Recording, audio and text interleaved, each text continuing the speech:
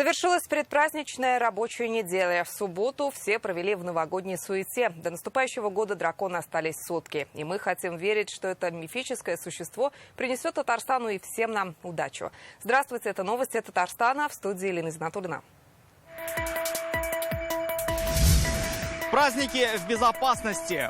Ничто не должно омрачать людям праздника. Какие меры в республике предприняли для обеспечения комфортного и безопасного празднования Нового года и чему уделят особое внимание, узнал Рамиль Шайдуллин. Прогнозы и перспективы. Нам дракон готовит очень большой круговорот процессов. Что для жителей республики готовит наступающий год дракона? Мнение экспертов выслушал Рамиль Галиулян. Она не украшала елку уже десятки лет, и мы отправились подарить ей новогоднее настроение. Маленькой елочки холодно зимой. Маленькую елочку взяли мы домой. Единственную жительницу села Кугальна Буинского района с наступающим Новым годом поздравила Вероника Гайнуддинова.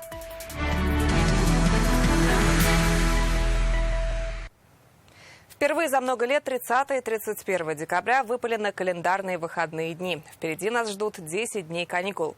Ничто не должно омрачить праздник татарстанцев. Такая задача стоит перед экстренными службами республики и, конечно, перед самими жителями. Сегодня по поручению Рустама Минниханова в Доме правительства прошло внеплановое заседание комиссии по чрезвычайным ситуациям. В новогодние праздники все службы должны быть в режиме повышенной готовности. На дежурстве ежедневно будут находиться больше 2000 спасателей, больше 1500 полицейских. В каких районах выявили нарушения и у кого остаются сутки, чтобы все исправить? Рамиль Шайдуллин с подробностями. Нарядная елка в холле Дома правительства словно напоминает, до Нового года остаются считанные часы. Сегодня здесь как раз обсуждают, как спокойно отметить праздник и новогодние каникулы. Сегодня мы собрались, что называется, сверить часы. В зале спасатели, полицейские, коммунальщики, дорожники, представители Минздрава по видеосвязи с Казанью, все районы. Это совещание внеплановое и организовано по поручению Раисы Республики. Ничто не должно омрачать людям праздника, в каком бы формате его ни проводили. Соответственно, если мы проводим, это должно быть безопасным, все должно поставляться, все ресурсы точно в срок. И если даже аварии происходят, они должны быстро и эффективно ликвидироваться. Новогодние и рождественские праздники будут длиться вплоть до 9 января. Все это время службы должны находиться в режиме повышенной готовности, говорит Рустам Нигматуллин. Так только спасатели ежедневно будет дежурить по несколько тысяч. Общая группировка сил территориальной подсистемы РСЧС Республики Татарстан насчитывает более 57 тысяч человек и 7,5 тысяч единиц техники. Ежедневно в период проведения новогодних и рождественских праздников на дежурство будет заступать более 8 тысяч человек и 2000 единиц техники. По словам руководства МЧС, в преддверии праздников проведены профилактические визиты почти в 1300 объектов. Проверяли пожарную безопасность социальных учреждений и мест пребывания детей. И хотя, как заметили на заседании, погода не угрожает аномальными морозами, риск для коммунальной инфраструктуры все же остается. Особенно там, где еще не устранены замечания. Перед Новым годом под критику комиссии попали минимум 2 таких муниципалитета. Менделеевский район. Там мы передаем ПТС в Таткомэнерго. Глава мне утром доложил о том, что персонал на месте, все работают. И Чистопольский водоканал. А так все остальное, никаких рисков я не вижу. Нарушения перед праздниками выявили и правоохранительные органы. Так, после осмотра всех 136 елочных городков Татарстана пришли к выводу, часть из них к празднованию не готовы или готовы не полностью. Я позволю перечислить города и районные центры, в которых были выявлены недостатки. Это Азнакаево, Актаны, Шатня, Базарный Матаки, Елабуга, Заинск, Зеленодольск, Новошишминск, Рыбная Слобода, Пестрецы, Тетюши, Черемшан. Основными нарушениями для большинства районов при проверках были отсутствие полноценного ограждения периметра безопасности, средств ограничения доступа автотранспортных средств, металлорамок, работников ЧО на осмотровых мероприятиях и для охраны елочных городков. Как отметил Рустам Нигматуллин, в новогодние праздники нужно вести непрерывный мониторинг обстановки. Дежурные в городах и районах должны быть на связи круглосуточно. Как говорят, только имеешь то, что контролируешь. То есть, если обстановку мы контролируем, значит, у нас все будет в порядке. Пока главным вызовом может стать возможный снегопад. В остальном республика к праздникам готова, сообщили на заседании. Проведены организационные мероприятия, определены ресурсы и назначены ответственные лица. Все для того, чтобы для татарстанцев Новый год наступил максимально комфортно и безопасно. Рамиль Шайдулин, Рамзиль Гарипов, ТНВ, Казань. Перед новогодними каникулами премьер Алексей Песошин еще раз поручил взять на контроль безопасность праздничных мероприятий. Он обратился к руководству муниципалитетов и МЧС на субботнем совещании. Я обращаюсь к муниципалитетам. Еще раз посмотрите, проверьте все графики дежурств на выходные дни. МЧС, посмотрите, как в районах все это хозяйство организовано. Да? Дежурство, все вот эти праздничные мероприятия. Там есть ограничения по салютам. Вот это все, чтобы было на контроле. О работе в празднике на совещании в Доме правительства рассказал и глава Минстроя. Так, для оперативного реагирования на обращения и возможные аварии в министерстве создана круглосуточная горячая линия. Телефон на экране. Диспетчерская служба будет постоянно мониторить аварийные ситуации и следить за их устранением. Она будет работать совместно с дежурными МЧС, муниципалитетами и коммунальщиками. Также Марат Айзатуллин доложил об итогах программ строительства и ремонта. В здравоохранении не завершены 2 объекта. Инфекционное отделение в Елабужском районе и больница в Черемшане. По линии культуры ДК в селе Ямаши Альметьевского района и валяльная фабрика Радигиных в Кукмаре. Впереди нас ждут длительные выходные, и задача отрасли жилищно-коммунального хозяйства обеспечить безаварийное функционирование всех систем жизнеобеспечения. Особое внимание праздники необходимо уделить обеспечению теплоснабжения многоквартирных домов, уборке снега от дворовых территорий, расчистке снега с крыш, своевременному вывозу мусора. Прошу глав муниципалитетов, руководителей ресурсоснабжающих организаций, региональных операторов взять все эти вопросы под личный контроль. Рустам Минниханов выразил соболезнования семьям погибших в результате ракетного удара по Белгороду. От себя лично и от всех жителей Татарстана выражаю слова соболезнования родным и близким всех погибших. Желаю скорейшего выздоровления пострадавшим, заявил Райс Республики.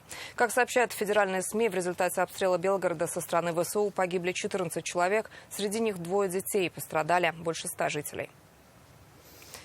К другим темам. В конце года принято подводить итоги. Мы, как главный национальный медиаканал нашей республики, весь год ведем видеолетопись главных событий в Татарстане. Республика в 2023-м взяла новые высоты, как в масштабах страны, так и на международной арене. Проявились и оказались особенно востребованными все качества, которыми традиционно славится Татарстан. Многовекторная экономика, инфраструктурное развитие, широкое международное сотрудничество, особенно со странами Востока, межнациональный мир и согласие.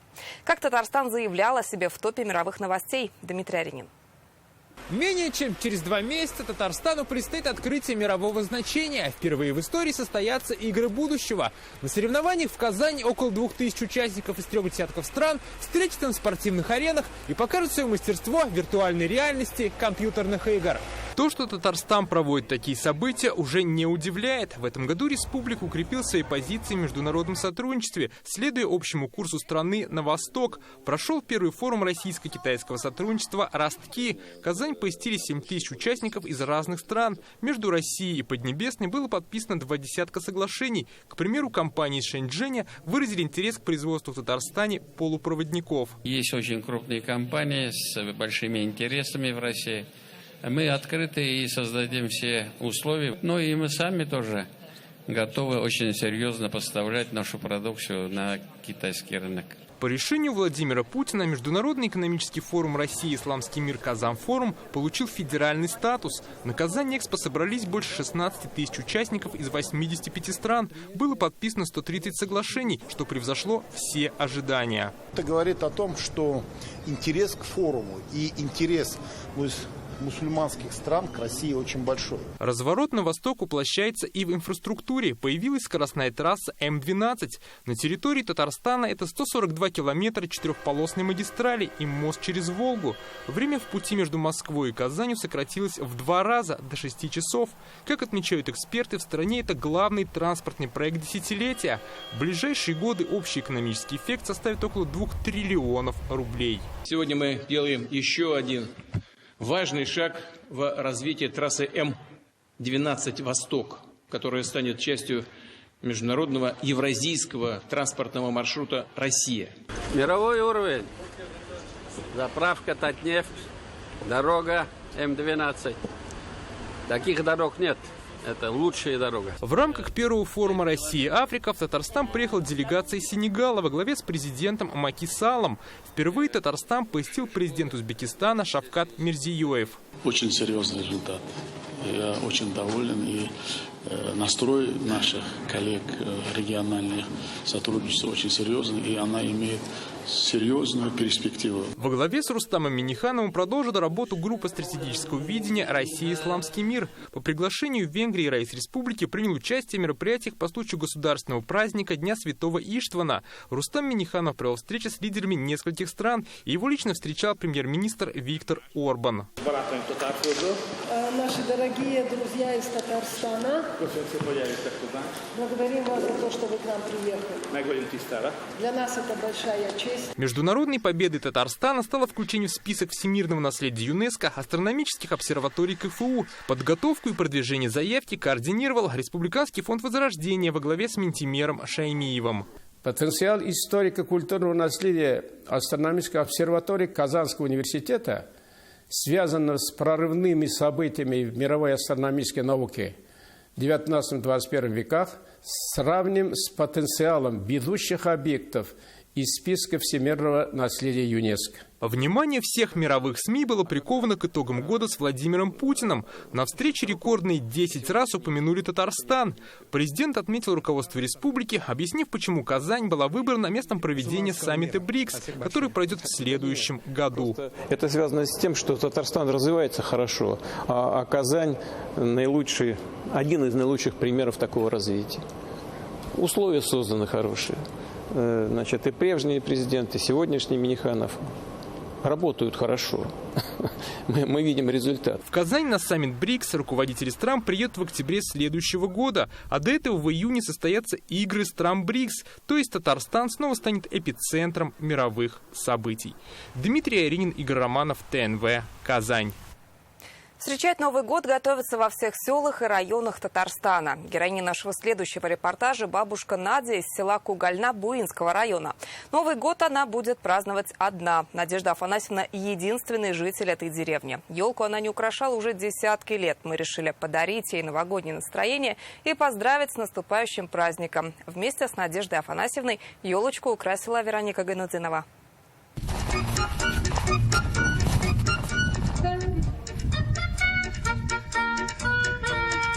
Везде предновогодняя суета, все украшено гирляндами, елки наряжены, а здесь удивительная тишина. Это село Кугальна Буинского района. Сейчас на единственную улицу деревни даже добраться нелегко. Дорога вся в снегу, машину мы оставили на трассе и пошли пешком. Видно, только в одном доме топится печь. Мы приехали в гости к Надежде Афанасьевне Захаровой. Ей 88 лет.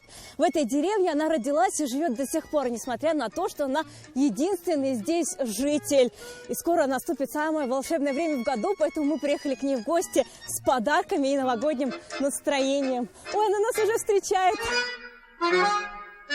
Здравствуйте! Здравствуйте, здравствуйте! Надежда Захарова вот уже 5 лет живет одна в Кугальне. Все соседи либо разъехались, либо ушли в мир иной. Из родных 2 детей, 3 внуков и 6 правнуков. Кто в городе, кто в соседнем районе. А Надежда Афанасьевна уезжать из села не собирается. Вот никуда мне не хочется. Лучше моей Кугальны нигде на свете нет. Вот и Новый год все свои 88 лет празднуют здесь. 2024 тоже будет встречать дома. Это семейный праздник. У каждой дети все дома будут. Но я одна с телевизором и с кошками. Ну что Новый год, как и все, наверное, ждем что-то к лучшему. Баба Надя заведовала клубом, была секретарем комсомольской организации, работала в колхозе. Вспоминает, даже 31 декабря проводили почти весь день на ферме. К вечеру бежали домой готовить и накрывать новогодний стол. Вот елочка. Несу. Сюда поставим, да? Да, сюда поставим. Баба Надя говорит, елку в доме украшали последний раз, когда еще дети были маленькие. Это было полвека назад. Поэтому нашему новогоднему подарку очень обрадовалась. Зеленую красавицу вместе и украсили. Маленькой елочки холодно зимой. Маленькую елочку взяли мы домой. Сколько на елочке шариков цветных, розовых пряников, шишек золотых. Настоящий Новый год встречу я, как и положено, с елочкой. Спасибо вам большое. Подарили вы мне Новый год. В Новый год от Надежды Афанасьевны всем татарстанцам, особенно зрителям ТНВ, искренние пожелания. Я хочу пожелать, во-первых, доброго здоровья всем до единого. Во-вторых, успехов в работе, успехов в жизни и благополучия всем. Елочка у бабы Нади теперь есть. Появилось и новогоднее настроение. А на каникулы она ждет в гости внуков и правнуков. Вероника Гайнудинова, Данил Филатов, ТНВ, Буинский район. Новый год в России при желании можно встретить 11 раз. Достаточно оказаться в разных часовых поясах нашей необъятной страны. Некоторые празднуют Новый год дважды, причем никуда не уезжая. Не только 31 декабря, но и в другие дни. Все просто. У каждого народа свой Новый год, и начинается он в разное время. Празднуют с интересными традициями и необычными приметами. Сегодня в нашей рубрике «Айда Татарстан» мы расскажем о новогодних праздниках разных народов. И тем самым подведем итоги года национальных культур и традиций.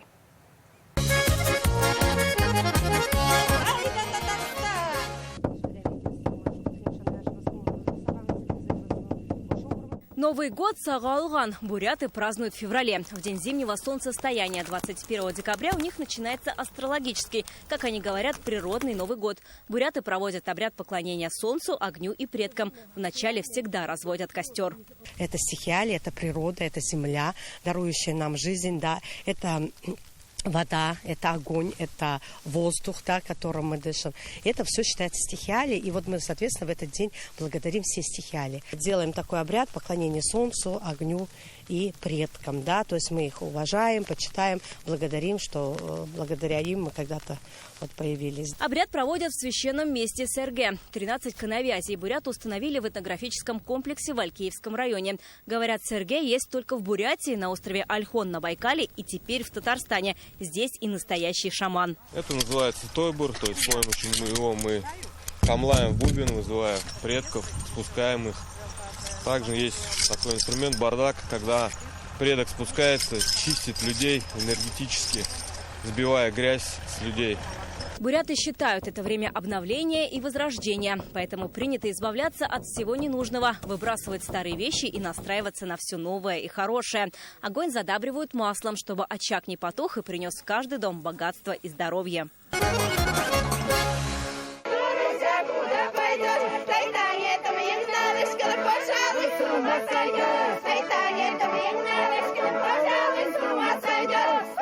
Новый год у марийцев – шорох-йол. Они переодеваются в ряженых и ходят по улицам, заходят в дома. Хозяева стараются встретить их как можно лучше. Ряженые считаются предвестниками будущего. Они ходят по домам, вот, и у нас поверье такое, что в какой дом бы они ни появились, они с собой несут счастье, лад в семью, богатство, удачу. В этот праздник народ веселится. Он оставляет все свои неприятности, невзгоды и на будущий год надеется на лучшее. Шорох-йол переводится как «овечья нога». В этот день овец дергают за ноги. Считается, что этот ритуал приносит плодородие и благополучие в дом. Празднуют шорох-йол несколько дней и проводят время весело.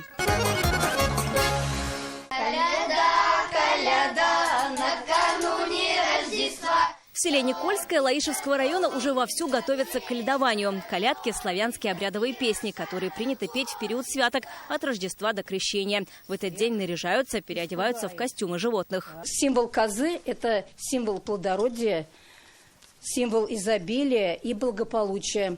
И есть такой вот именно обряд, вот такой, именно водили козу по домам, чтобы она отпугивала злых духов. По традиции устраивают шествия, ходят по домам и поют хозяевам песни, за которые полагается угощение. Раньше считалось, что после дня зимнего солнцестояния погода меняется уже на весну, и по традиции переодевали какие-то яркие костюмы, закрывали лицо, чтобы не узнавали, кто приходит в гости, и ходили по домам, пели колядки. С ребятами вместе готовимся уже заранее, они репетируют песни колядочные.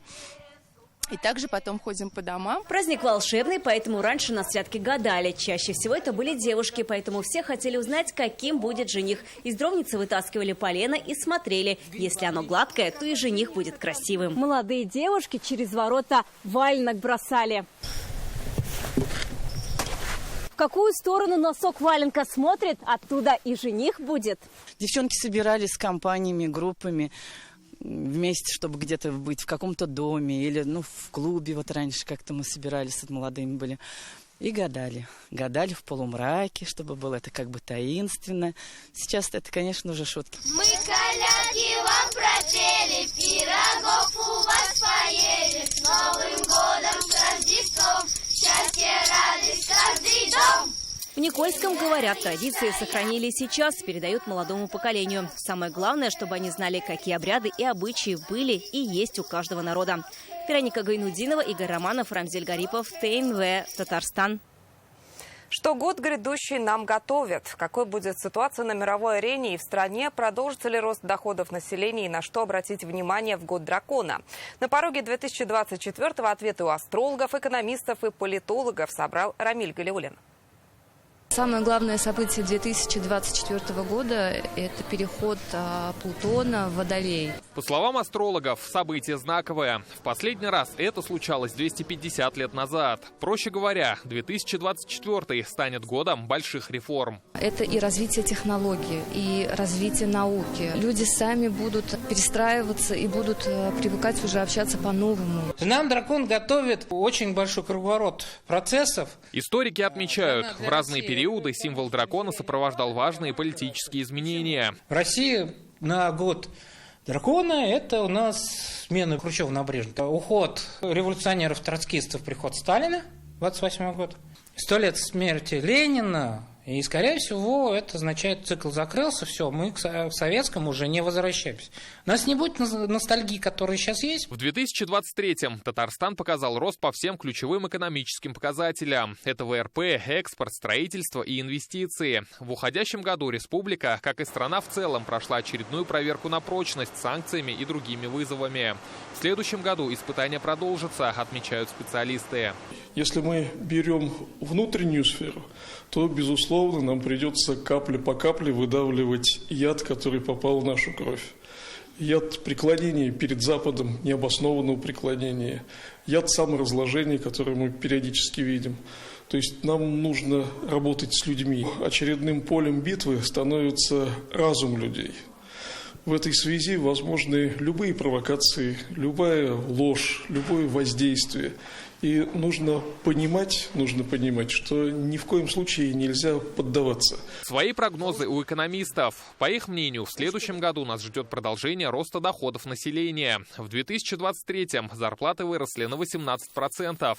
При этом эксперты советуют быть аккуратнее с кредитами. Многие граждане ведь берут еще вот кредиты в расчете. Да, сейчас дорогие кредиты у нас, да? Что на следующий год, может быть, цена будет дешевле, да? Например, там сейчас потребительские кредиты там начинаются от 20%. То есть они думают, многие, я знаю, и на консультацию приходят, думают, что на следующий год, может быть, там, да, снижение, они будут перекредитовываться. На текущий день Центральный банк говорит нам, что не стоит ждать ослабления. В 2024 году у нас деньги будут дорогие, это надо учитывать. Как относиться к предсказаниям? Каждый решает сам. Сбудутся ли они? Начнем узнавать уже с новой недели. Рамиль Галиуллин, Рамзель Гарипов, Игорь Романов, ТНВ, Казань.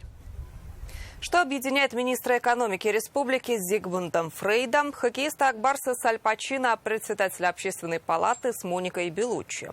Все они родились в год дракона. 2024 по праву назовут своим многие известные личности как российского, так и мирового масштаба. Среди рожденных в год дракона знаменитостей есть музыканты, актеры, спортсмены и политики. Этот символ подарил миру Зигмунда Фрейда, легенду футбола Пеле, а также актеров Брюса Ли, Киану Ривза, Монику Белуччи и Аль Пачино. Самый известный российский дракона и президент страны Владимир Путин, а также глава Чечни Рамзан Кадыров, спортсмены Хабиб Нурмагомедов и Федор Емельяненко, звезды эстрады Сергей Жуков и Николай Басков. Свои знаменитые драконы есть и в Татарстане. Среди них председатель Общественной палаты Зиля Валеева, министр финансов Радик Гайзатуллин и руководитель счетной палаты Алексей Демидов. Итак, практически через сутки мы будем встречать новый 2024 год дракона. Он является силой созидательной, символизирует мощь, величие и мудрость. Все то, что ассоциируется с нашей республикой. Мы не сомневаемся, год дракона для республики будет успешным, насыщенным и счастливым. Это последний выпуск новостей Татарстана в уходящем году. Мы благодарим всех наших преданных телезрителей, героев репортажей, экспертов программы. До встречи в новом году. Он в стране пройдет под знаком семьи, поэтому желаем всем здоровья. Пусть в ваших домах будет тепло, радостно и уютно. Всего доброго.